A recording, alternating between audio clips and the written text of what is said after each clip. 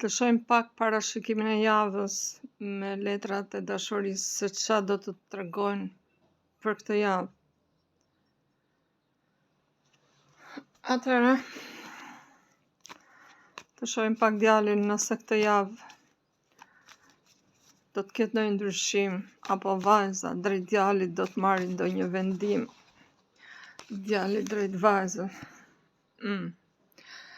Atëherë, kjo letër është shumë pozitive. Kjo letër më thotë se ndjenjat e tij kanë ndryshuar.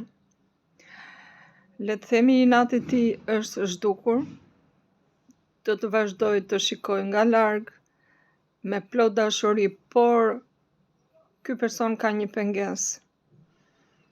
Ndoshta mund të jetë një pengesë madhore, arsye madhore, familja, largësia, etj, etj.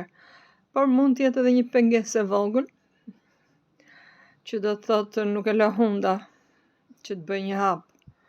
Por këtë javë unë e shoh me plot dashuri dhe të pashprehur. Të shikojmë pak vajzën drejt atij djali se si do të ndjehet këtë javë. Vajza veti dytë. Ka shumë mundësi që gjatë kësaj kohe pauzë të djalit i cili nuk afrohet, nuk komunikon, është larguar, nuk ka dhënë shenja që ai vazhdon ta doj vajzën. Ka shumë mundësi që vajza të ketë njohur dikë tjetër dhe mund të jetë me atë, jo në kuptimin e plot, por ndoshta duke biseduar nga pak dhe brenda vetes një shpresë për të rinisur një lidhje tjetër.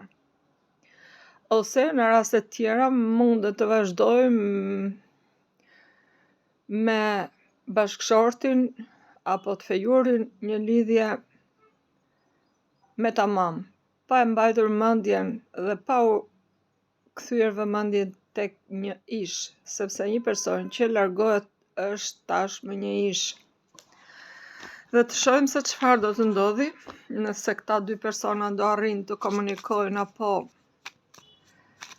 do të takohen. Dhe këtë javë letra tregojnë që nëse do të ketë një komunikim, për fat keq vjen letra e djallit.